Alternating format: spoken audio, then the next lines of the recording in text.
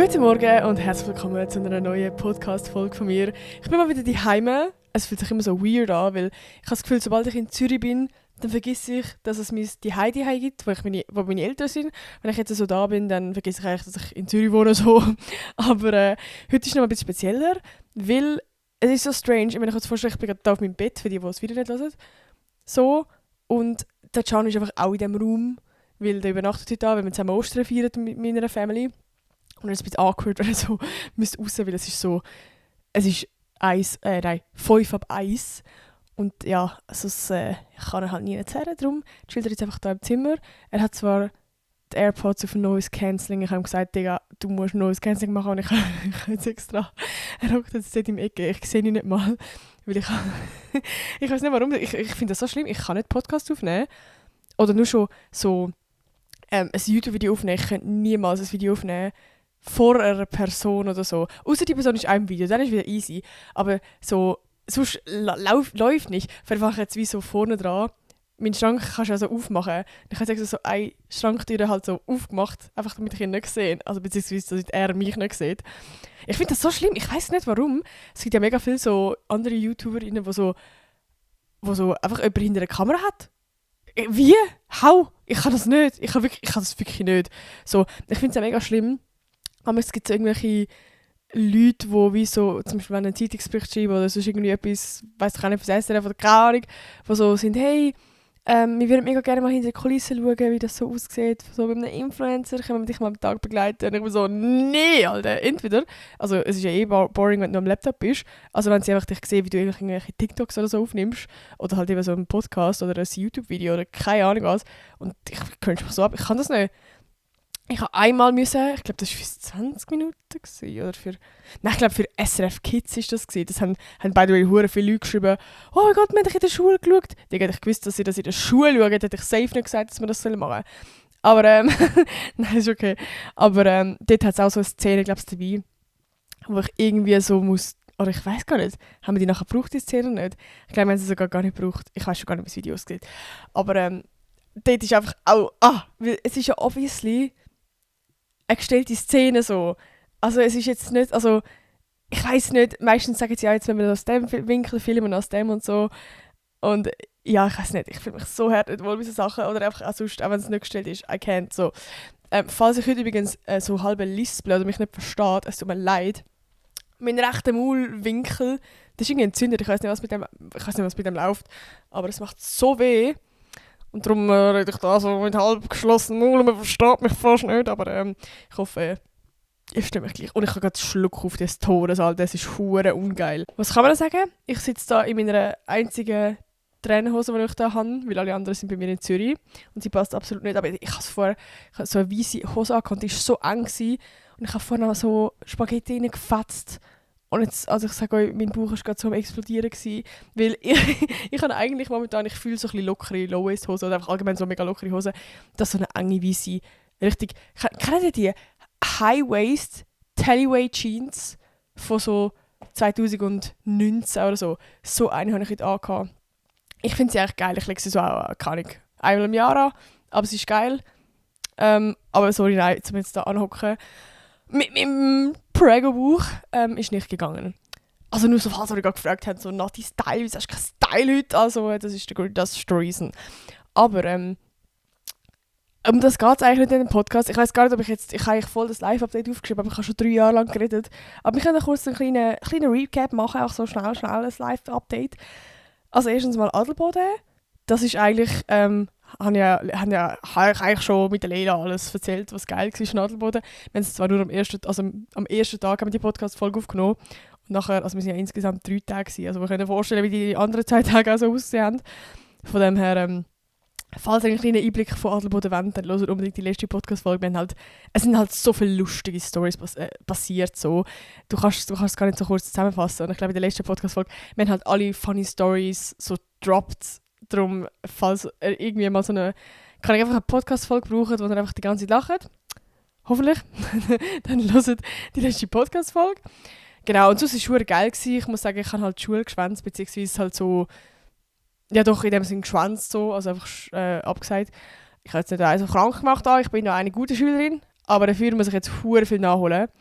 Beziehungsweise, wir haben gerade das Modul angefangen und es ist mega pain, weil es ist halt animieren. Und das ist so das, was ich nicht kann. Beziehungsweise, ich habe es halt vorher nicht gemacht, weil ich brauche halt animieren so in meinem Alltag nicht. Und das hat mich jetzt auch nicht besonders gejuckt, to be honest. Aber ja, jetzt haben wir halt das Modul nochmal. Und in dem bin ich einfach schlecht. Also, ich glaube, es ist wirklich das Ding, dass ich es nicht gerne mache. So, und irgendwie, ich weiß nicht, also ich finde jetzt, das Thema, was wir machen, wir müssen so einen Kurzfilm machen. Also Kurzfilm, 30 Sekunden so, es kann irgendetwas ein lustiger Joke sein und so. Für die noch nie animiert haben, es ist halt easy viel Aufwand, je nachdem. Und gerade für eine Person, die halt sich mit dem Programm nicht auskennt, alles komplett neu ist, so noch nicht denkt, wie jemand kann animieren, ist es halt einfach Pain und schwierig zum reinkommen. Voll, und wenn du halt die ersten 3 Tage, wo es so ums Repetieren geht, verpasst hast, dann bist du auch komplett am Arsch. Und das ist bei mir der Fall. Darum, ich muss jetzt irgendwie wieder so ein bisschen reinkommen.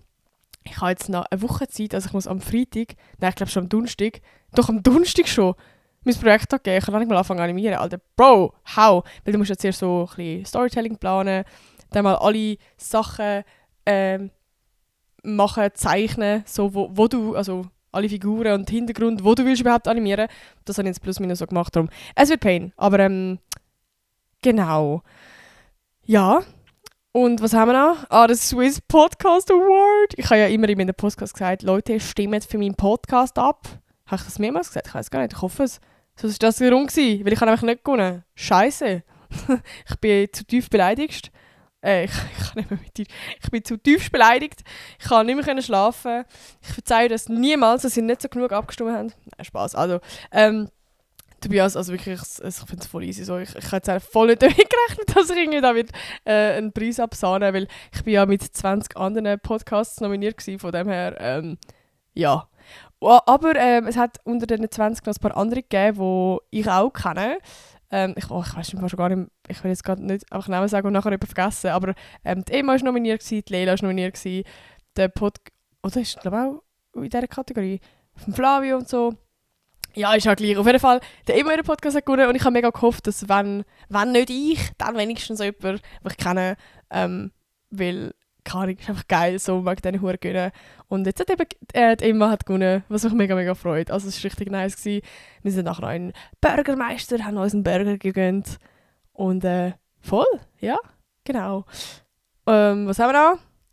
Heute war ich in der Ikea mit dem Can. Es war geil gewesen. Wir sind in unserer Wohnung, also wir sind ja immer noch eigentlich frische Auszügler da und wohnen jetzt in Zürich. Eigentlich ist es schon ein halbes Jahr her, aber jetzt haben wir wieder mal so ein paar Sachen gekauft, so ein Regal und so. Und es ist einfach immer so geil. Ich liebe es, wenn du so heimkommst, Sachen für die Wohnung gekauft hast und einfach kannst so alles ausräumen. Und ich bin zwar froh, tut er alles so zusammenbauen, weil ich hasse das. Also ich hasse nicht mehr als so Sachen zusammenbauen, aber so einrichten tue ich mega gerne. So. Das finde ich geil. Einfach so Dekorationen, Sachen auspacken und dann überlegen, wo die herkommen und so. Das ist mein Part. Sein Part ist einfach Gestell aufstellen. Voll. Aber ich muss sagen, heute haben wir mal so einen richtig guten Tag gehabt. Weil ihr wisst, es ist immer so ein bisschen schwierig bei uns, weil wir so unterschiedliche Vorstellungen haben, wie wir unsere Wohnung einrichten wollen. Also wirklich, er ist so komplett Type farbig, sage ich jetzt mal. Ist noch schwierig zu erklären, aber ich glaube, wir haben alle, also ich habe schon mal mehrmals über das Thema geredet. Und bei mir ist eher so schlicht, ich sag mal clean, so.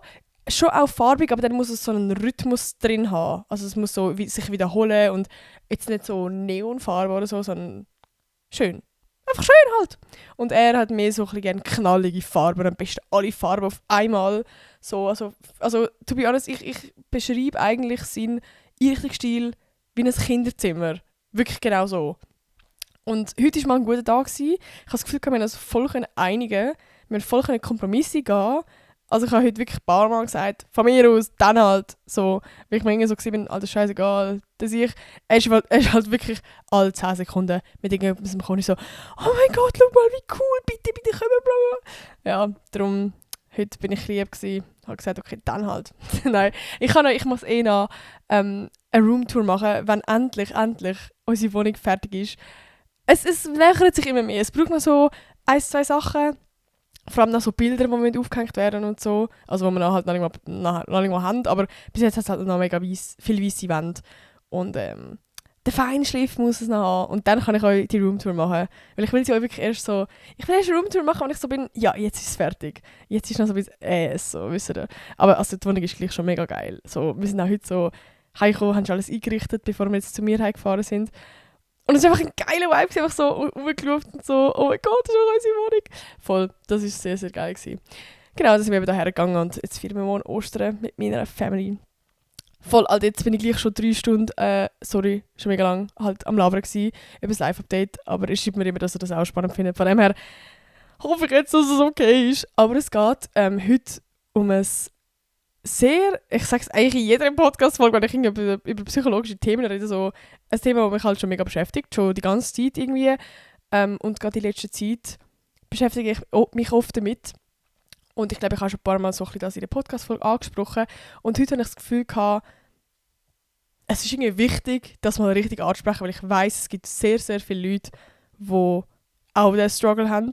Und ich habe es mega spannend gefunden. Ich habe irgendwie vor so 4 Tagen oder so ein TikTok auf meiner For You-Page gehabt, wo halt genau das beschreibt.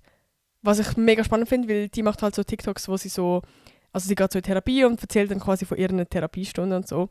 Und das heisst, es ist nicht einfach nur ein TikTok, sondern da ist eine Psychologin dahinter, die halt da ein bisschen mehr Wissen hat, oder? Das heisst, heute wird es ein crazy Podcast von psychologischem Wissen. Yeah.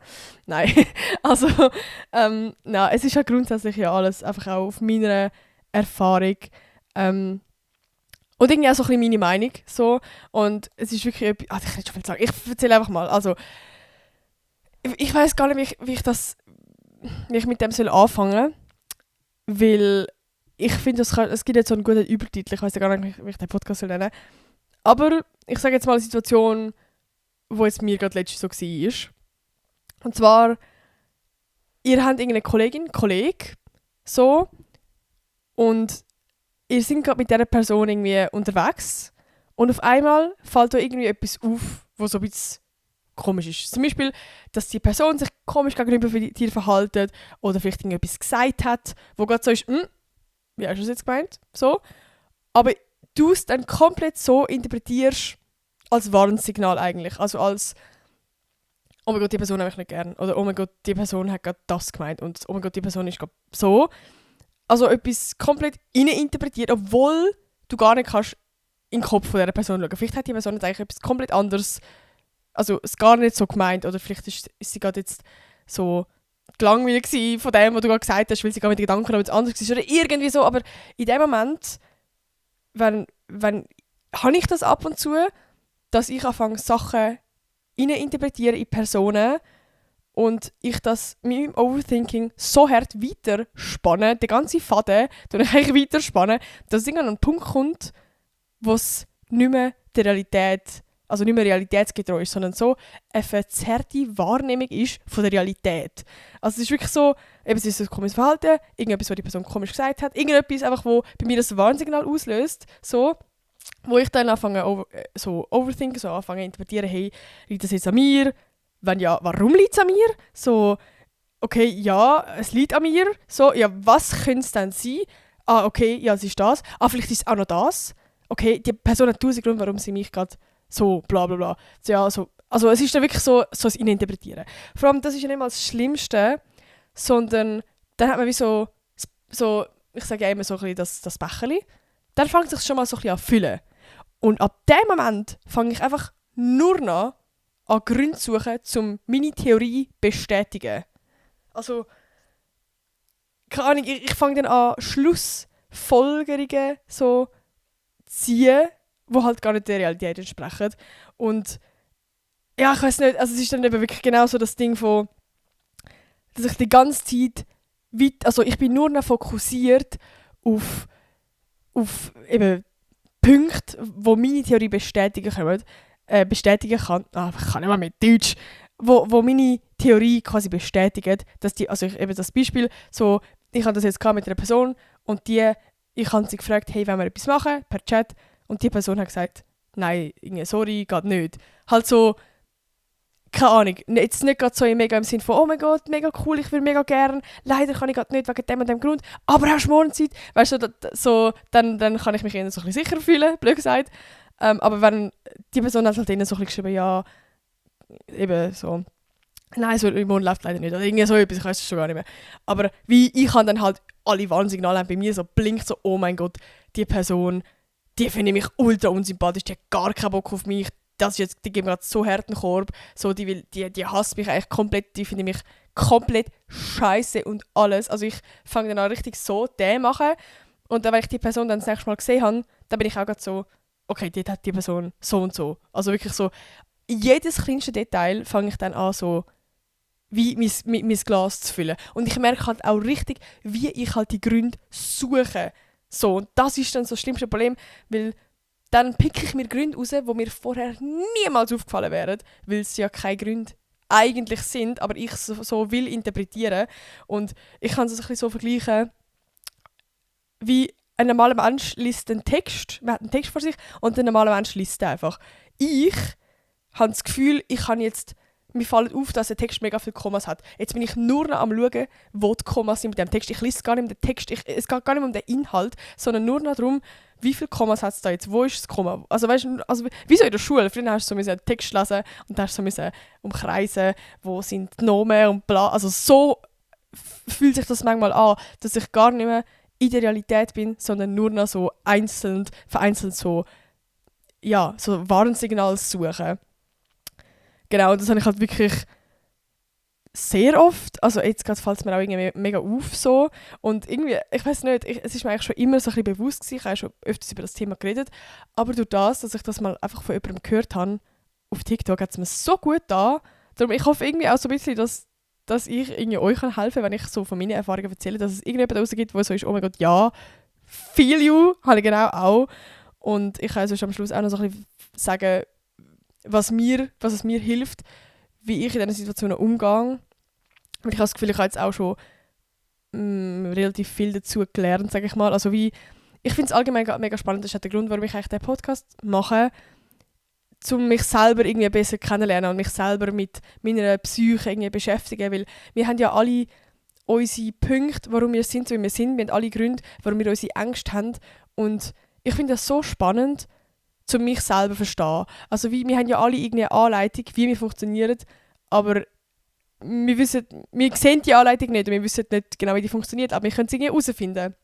Und das lernst du ja genau auch in einer Therapie. So, die Analyse, wie du selber funktionierst, die Anleitung, wo du bekommst über dich selber, zum checken, okay, so funktioniere ich, das sind meine Struggles, das sind meine wunden Punkte, so kann ich damit umgehen. Und eben nur schon, wenn ich mal eine Erklärung bekomme für etwas, was ich eigentlich schon die ganze Zeit fühle, aber nicht in Wort fassen kann, hilft mir das extrem. Weil dann weißt du nur schon, dass du das hast. Also du bist dir schon so bewusst, okay, das habe ich ab und zu.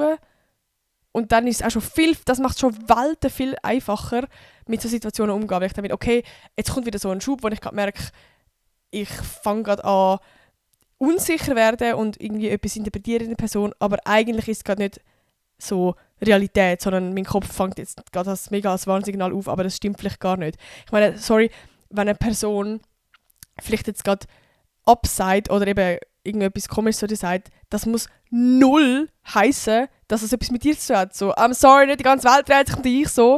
Auch wenn wir das alle in dem Moment wahrscheinlich logischerweise das Gefühl haben, aber es gibt ja 1000 andere Gründe. So, ich kenne es ja selber auch von mir. So, manchmal bin ich so hart in meinen anderen Gedanken, dass ich einfach Antworten gebe bei einer Person und vielleicht gar nicht zuhöre und ich meine das gar nicht persönlich.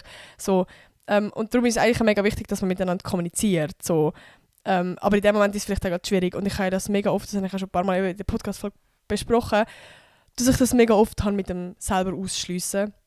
Und das ist genau das gleiche Prinzip. So, ich bin in einer Gruppe, es ist alles gut. Sobald ich an den Punkt komme, wo ich merke, ich habe zum Beispiel mal etwas gesagt und niemand hat zugelassen. Ich habe mal einen Witz gemacht und niemand hat gelacht.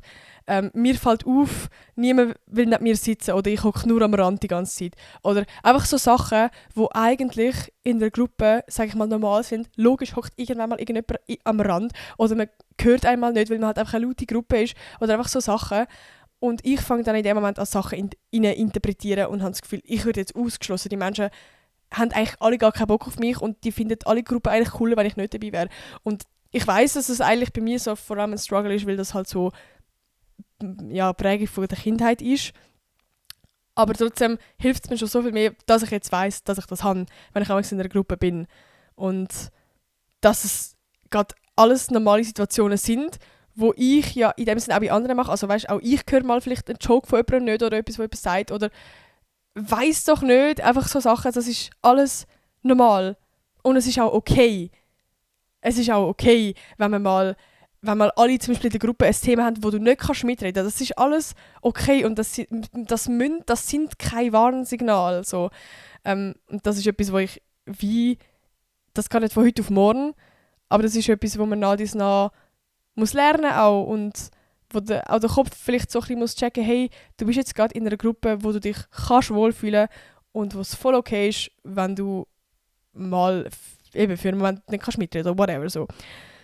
Genau, und also das ist wirklich, also eben, ich sage schon tausendmal, ich habe schon ein paar Mal in Podcast-Folgen über das Thema geredet, aber das ist echt etwas, wo ich mega, mega damit kämpfe. So. Ich würde sagen, das ist so mein main psychisches Problem, wo ich so damit struggle, einfach weil wo so nur in meinem Kopf abgeht, wo nicht Realität ist so. Es ist mega blöd. Ich habe zum Beispiel auch so 2 Kolleginnen, mit denen gehe ich immer in die Ferien, die kenne ich vom Gymi. Mit denen super, wirklich sind so close friends. Und gerade bei der ersten, ich glaube bei der 3. Ferien oder so, da sind wir in Paris gewesen. Also wir haben auch schon über das Ganze geredet, darum kann ich das jetzt auch easy ansprechen. Es ist so irgendwie weird, wenn sie den Podcast hören würden. Habe ich das ultra hart gehabt. Also es hat eigentlich keinen Grund gegeben, warum ich mich ausgeschlossen fühle. Weil, klar, man kennt es jetzt vielleicht so von 3 Gruppen und so, aber wir sind echt eine mega gute 3 Gruppen. Also jetzt zum Beispiel lachen wir über also es gibt ja manchmal so die TikToks so, dass es so toxisch ist mit 3 Gruppen und bla. Und wir schicken das manchmal so einander. Wir sind wirklich so, wenn wir das 3. sind, dann fühlt sich niemand irgendwie ausgeschlossen. Und wir schauen natürlich auch alle mega, dass niemand ausgeschlossen wird oder irgendwie etwas und wir können auch Sachen mega gut voneinander ansprechen. Das habe ich jetzt auch mega gelernt, weil wir über das Thema geredet haben. Und das war jetzt eben in Paris noch nicht der Fall gewesen, so. Und dann habe ich mega schnell angefangen, Sachen rein interpretieren, dass sie irgendwie das Zweite über Sachen geredet haben oder ja, wir sind halt alle mega laute Leute und sie auch und dann haben sie halt mega laut miteinander geredet und haben vielleicht dann mich nicht gehört oder weiss doch nicht oder man hat mal irgendwie in einem Satz unterbrochen und ich habe es voll persönlich genommen. Also das hat sich aufgehäuft. Also dort habe ich richtig hart mit das Glas gefüllt und ich hatte so hart Heimweh gehabt und habe gesagt, oh mein Gott, ich will nicht mehr und ich fühle mich so hart ausgeschlossen und bla. Und dort hatte ich noch nicht mal das Ding gehabt, vor dass ich mega checke, dass ich das habe. So, sondern dort bin ich wirklich einfach so gewesen, oh mein Gott, ich bin ausgeschlossen. Ich habe voll nicht gecheckt, dass das gerade eigentlich nicht Realität ist. So. Und ich habe es auch gar nicht angesprochen in Paris und wir haben eigentlich auch, am Schluss haben sie auch schon wieder geplant, hey, wenn wir das nächste Mal so wieder in die Ferien gehen, was eigentlich voll das Signal könnte ja sein, hey, die wollen wieder mit dir in die Ferien, die haben nichts gegen dich, so entspann dich mal, aber in meinem Kopf ist das nicht, in meinem Kopf hat fucking, keine Ahnung, bin ich noch etwas anderes gewesen, so. Und lustigerweise sind wir dann im nächsten Trip, ich hatte gar keinen Bock auf den Trip, weil ich so das Gefühl habe, oh mein Gott, das wird wieder gleich so, logisch. Und dann sind wir auf London gegangen und ich glaube sogar am ersten Abend sind wir an in so eine Rooftop-Bar gegangen und ich weiß gar nicht, wie wir auf das Thema gekommen sind. Also wir haben glaube ich darüber geredet, dass wir so eine mega coole 3-Gruppe sind und so und dass sich niemand ausgeschlossen fühlen und so. Und ich weiß nicht warum, ich habe einfach auf einmal gedacht, okay komm, vielleicht kannst du sie mal so ein bisschen ansprechen. Und dann haben wir wirklich einen kompletten Abend einfach über das Thema geredet.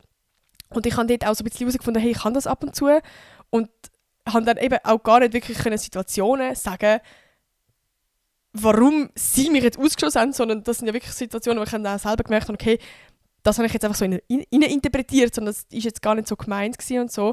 Und es ist auch mega herzig, sie haben mega herzig darauf reagiert und haben gesagt, hey, also weißt du, wir haben das so von meiner alten Schulzeit und so vielleicht jetzt auch nicht so gewusst und so, dass das jetzt allgemeines Thema ist, was vielleicht für mich eher so, ja, sensibel, also nicht, dass andere jetzt mega Rücksicht auf mich nehmen, so, aber ja, ich weiß auch nicht, einfach damit sie vielleicht checken, warum ich so ticke, so blöd gesagt. Voll. Und sie haben dann auch voll gesagt, hey, wir schauen jetzt mega so, dass die Ferien super werden und so.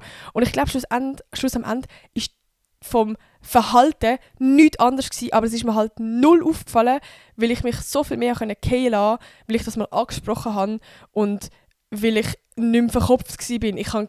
Ich habe wie keinen Grund gesucht. Es ist ja das Suchen. Und ich kann wieder den Text lesen vom Inhalt. Nein, also wirklich so. Und darum, seit ich das mal dort angesprochen habe, habe ich das so gar nicht mehr gehabt. Und das ist so entspannend. Und ich finde es zwar schwierig, um einfach die Lösung zu sagen, okay, sprechen Sie mir an, weil ab und zu gibt es das vielleicht auch nicht. Also ich bin auch oft eben, habe das irgendwie, weiss auch nicht, da bin ich am Event mit einer Gruppe, wo du jetzt nicht so close bist, so, und ich will jetzt nicht da bei jedem sagen, «Jo Leute, ich fühle mich gerade ausgeschlossen», sondern weißt du, so, ich will jetzt nicht die Drama Queen da sein, wo jetzt bei jedem Ding so, dass Leute sich um mich caren, so. Und oftmals bespreche ich es mit dem Can. Aber eben, wie gesagt, durch das, dass ich jetzt so ein bisschen herausgefunden habe, über mich, dass ich so funktioniert, kann ich das viel, viel, viel besser handeln. So, da kann ich viel mehr sehen, okay, das ist jetzt gerade mein Kopf, der das gerade anfängt zu interpretieren. Und ich habe auch mega gelernt, in dem Moment fange ich ultra an, nicht Warnsignal zu suchen, also nicht Gründe, um mein Glas mehr zu füllen, sondern das Gegenteil, Gründe, um mein Glas zu lernen. Zu mir quasi das Gegenteil beweisen von meiner Theorie, die gerade mein Kopf gebildet hat. Also im Sinne von, wenn ich jetzt mich gerade ausgeschlossen fühle, gerade Gründe suchen, warum es nicht so ist, warum ich gerade nicht ausgeschlossen werde, warum die Leute mich cool finden. Einfach random Gründe, was mir gerade auffällt, was gerade im Vorhinein passiert ist oder irgendwie so. Genau, also das hilft mir extrem. Und sonst eben, also ich finde gerade, wenn so eine Kollegin ist oder so, wo du das Gefühl hast, oh mein Gott, was hat die jetzt dort gesagt oder wieso hat die jetzt dort so komisch mich angefickt und vielleicht hat sie dich gar nicht angefickt oder es nicht so gemeint oder grad, weiss doch nicht, irgendeinen anderen Grund, dann kann man es ja ansprechen oder sonst, ich merke gerade, dass ich in dem Moment so so in meinen Emotions bin, dass man so wie der Laden runtergeht und dann habe ich auch das Gefühl, es bringt jetzt gerade nichts, es anzusprechen oder ich bin jetzt gerade so viele Emotionen, ich will das irgendwie so ansprechen, dass es so voll blöd überkommt und nachher irgendwie mehr einen Elefant aus der Mucke macht, als es eigentlich so ist. Und darum warte ich vielleicht manchmal auch so, bis zum Beispiel gehe ich dann wieder heim, vielleicht rede ich kurz mit dem Can drüber und dann kann mir dieser Person schreiben oder das beim nächsten Mal ansprechen, hey, wie hast du das eigentlich dort gemeint? Irgendwie so. Und meistens eben klärt sich es gerade und vielleicht tut es dir dann auch selber einfach gut, um zu sehen, okay, ich habe es gerade falsch interpretiert.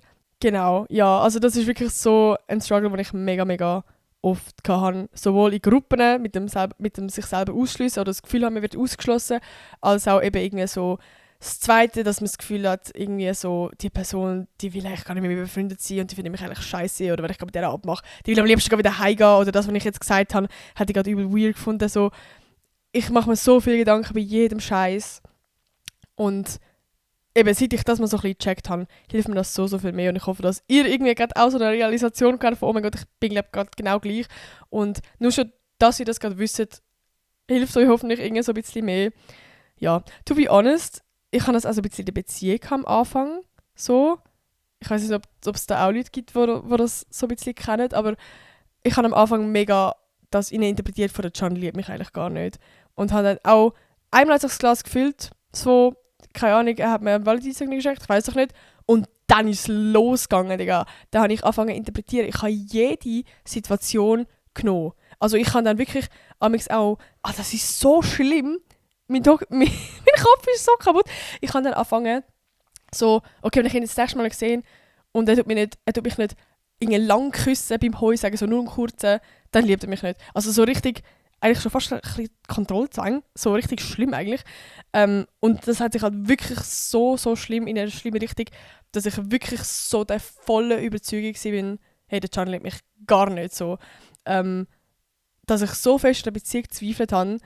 Und das ist so dumm, weil ich habe mir so viel geile Momente zerstört, wo eigentlich schöne Momente gewesen wären in der Beziehung, aber ich einfach so fest nur am Moment suchen war, um mir zu bestätigen, dass er mich nicht liebt. Und das nervt mich im Nachhinein so klar, ich kann es jetzt nicht ändern so, und ich hätte es in dem Moment wahrscheinlich nicht ändern können.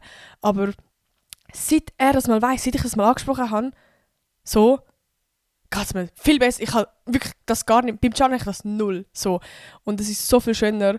Darum eigentlich ist wahrscheinlich schon die beste Möglichkeit, also das anzusprechen. Manchmal finde ich so bei Leuten, wo du halt null close bist, ist es vielleicht so ein bisschen schwieriger. So. Oder Leute, die du vielleicht jetzt auch nicht so oft siehst, juckt es vielleicht jetzt auch nicht so.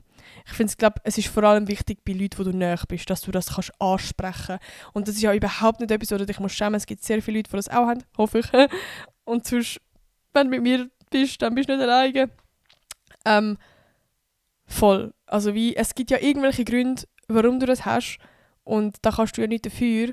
Und die Personen, die dich gerne haben, und das haben sie zu 100%, trust me, dann werden sie das sowieso verstehen und sowieso nur das Gute für dich wählen und schauen auch so. Genau. Und falls du gerade irgendwie so das Gefühl hast, das habe ich auch mega oft, dass, wenn man das mal anspricht, dass man dann so ist, oh mein Gott, die will ihre Extrawurst und Drama Queen und bla und ich habe ja gar nicht gemacht, so, nein. Also wie, es ist nachher 1000-mal besser, wenn du es angesprochen hast. Und ich glaube auch die anderen Personen finden es so ein bisschen einfacher, weil es ist manchmal auch komisch, also ich habe auch mega oft Situationen, wenn ich jetzt so zurückdenke und auch immer mal wieder so mit Leuten, wo ich so fest irgendetwas interpretiert habe, dass ich am Schluss das Gefühl habe, oh mein Gott, die Person, das ist so eine toxische Kollegin oder die tut mir so nicht gut, ich muss den Kontakt abbrechen. So. Und es kann ja im Nachhinein mal sein, dass ich viel zu fest überinterpretiert habe. So, jetzt, ich weiss halt jetzt alle Situationen. Oh, jetzt ist gerade die Kamera abgebrochen. Perfekt. Aber ich spreche noch schnell fertig. Es kann ja sein, dass in dieser Situation so alles auch voll das mein-Problem war mit meinem Kopf. Aber I guess we never know. So, also ist jetzt schon lange her so.